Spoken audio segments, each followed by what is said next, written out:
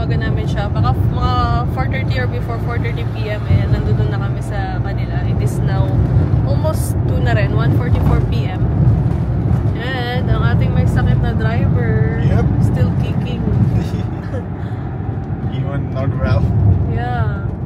Kagabi, gulat ako. I got shocked yesterday. I just heard like dug-dug. Ganyan. Yeah. Tapos sabi ko, I don't know what happened suddenly. hindi hinawakan ko siyang ganyan. Migraine.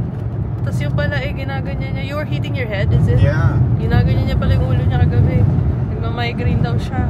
Pwede minasahe ko ng minasahe. Hanggang sa after mga 30 minutes siguro, makatulog na siya. Kapamasahe ko. Ayun, hindi pala sumama si na mami tsaka si daddy kasi worry nila si Queenie. Si Queenie kasi hindi siya maano sa travel. Tsaka masikip dun sa, yung bahay nga kasi dun sa city na, yung bahay namin sa city, masikip siya para sa 6 na tao, tapos 2 aso. Nagkakasakit si Queenie. Pero kasi galing na rin si na mami at daddy doon. They went there like few weeks ago, right? Yeah.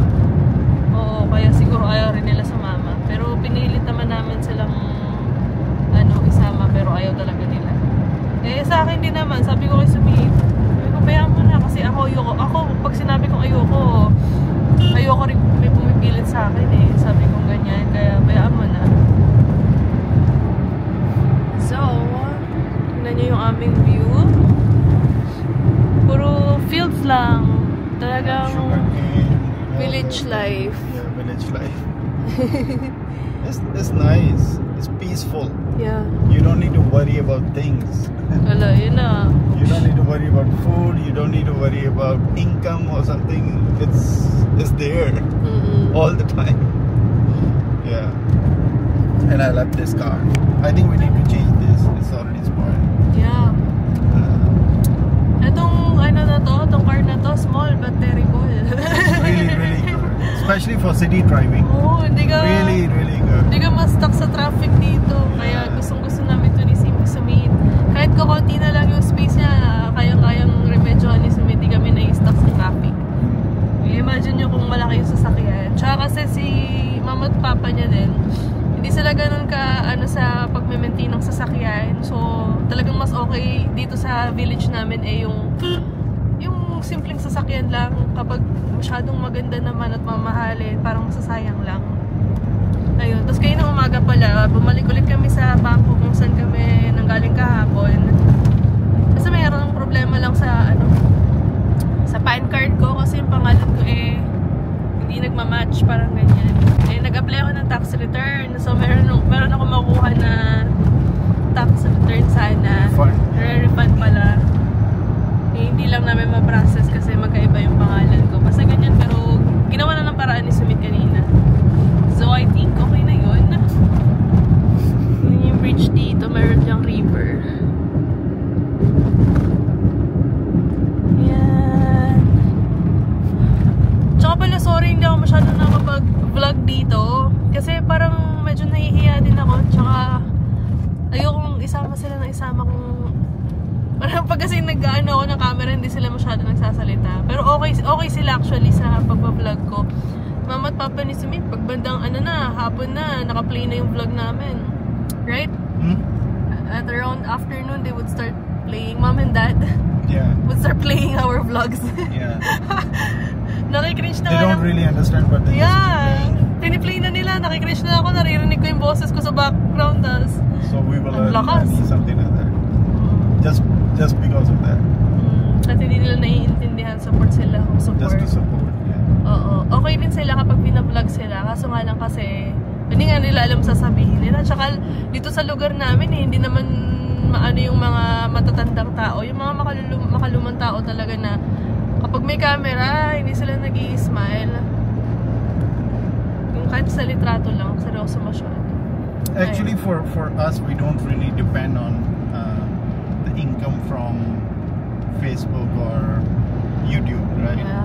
We don't. But extra income is always welcome, so why not? Especially right now that we're on our holiday. Yeah, so and I have time to edit. Yeah. Not like I don't have a lot of time, but I have some time. Kasi pag sa trabaho, ewan ko lang parang feel ko nadidrain ako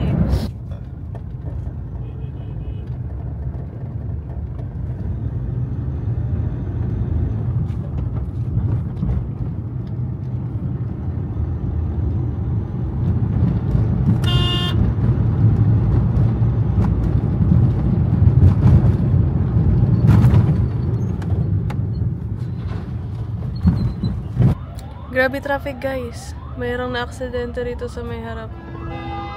Which one? Tignan yung traffic, oh. Lucky us talaga. That's because of the accident. Sige. Stupid. What the fuck is wrong? Stupid. Ay. Mga tao talaga. How? Stressful to drive here? Not really. I'm used to it. Wala na silang pakialam sa buhay nila. Talaga sasalubungin na lang kami. It's just that people don't want to stay in one lane. That's the problem. That's how we create the traffic. And they can't wait for their turn. Like, they all want to go at the same time. Kanina nasa intersection kami, everyone wants to go. All at the same time. Causing more traffic. That's fine. When you're driving, patience is everything. Yeah. Especially in Philippines and in India. Yeah. Patience. Don't lose your patience. Lucky, don't drive, charot. You're lucky. You just sit there and watch. Pulutan. So colorful. Yeah. Pulutan. Which one? Which one? Pili na. All pulutan. All pulutan. With gin below.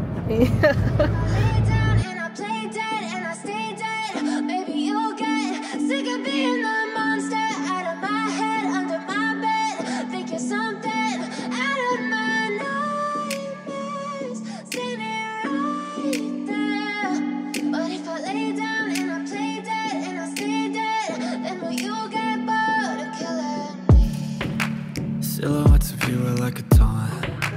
Never really know just what you want. With you I don't ever feel calm. I can feel the sweat inside my palms. Play with me like cats and a string. You don't understand the pain it brings. So guys, meron pa kaming around parang 1 hour plus bago kami makadating sa Chandigarh, sa Mohali. Nag-take kami ng different road this time. Usually sa Jalandhar kami dumadaan, which is parang city area siya.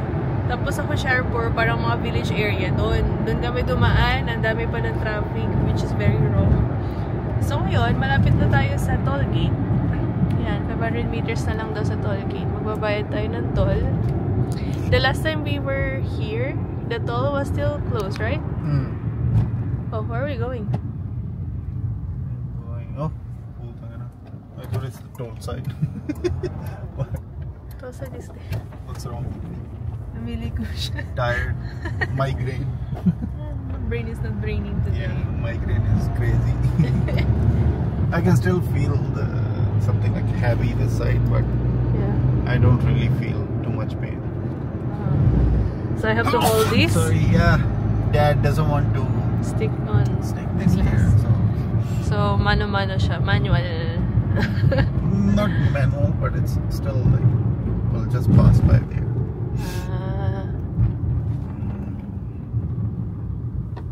Nung last time na nandito yata kami, parang sarado yung kanilang mga toll kasi mayroong strike ng mga farmers.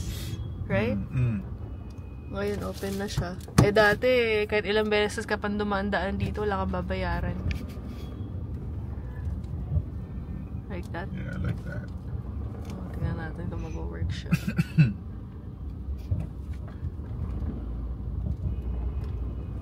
Does it work here? No? It works or no? I think I'm holding it in the wrong side. There. Where? Padia Mario scan. There, go. Ready na.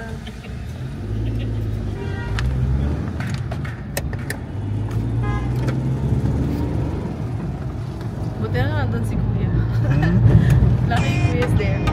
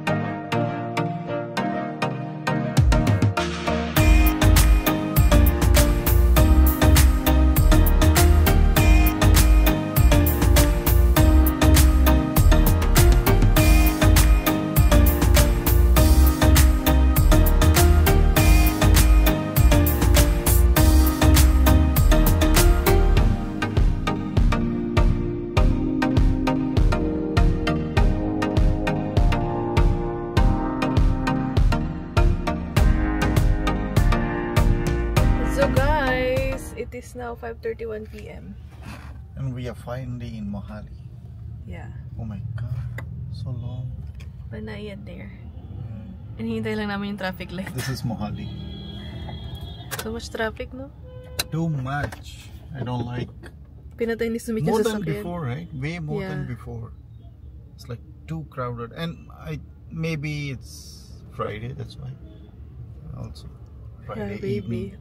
You're gonna go and Drink, yeah, eat party. outside, and yeah. meet friends. Yep. So how long more before we reach? 15. Oh my god. 15 minutes. Very far. Wrong decision yung kanina na No, nag-try kami ng other side. No. ng ibang road. Grabe na ano kami sa traffic kanina. Stuck kami sa traffic. Tapos ang lilate kasi ng kalsada kasi nga mga ano kami, dinaanan namin mga villages. Tapos uwian ng mga bata galing school. Dito na kami sa may entrance ng ano, society, guys. Kung saan nakatira yung aking ano, Hipagad Bayaw. Bibili lang kami ng candies or chocolate na ipamimigay dun sa mga bata doon na tinuturuan ng hipag ko. Kasi nagtuturo siya ng mga bata. Parang tuition. 4:30 to 6:30 daw. Tapos after here, diretso na tayo.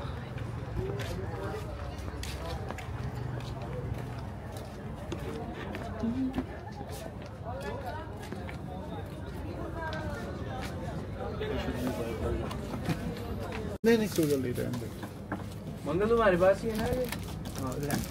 Anything else? I don't know what else. Maybe that one? Okay. Yeah.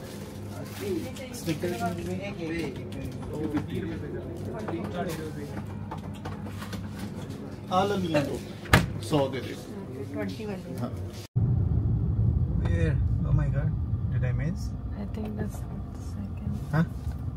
Huh? It should be that one, I think. Huh? Huh? Where?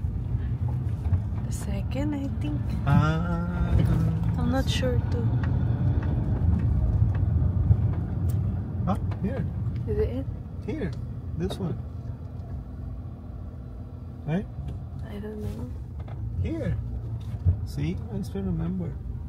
Is it? 2036, yeah. Oh, okay. Yeah. See? I didn't forget. It looks so tight here now everywhere.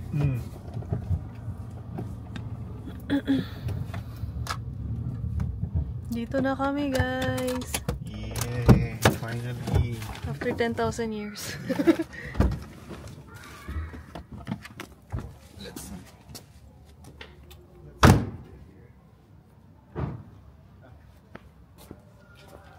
Is it the right house? 036.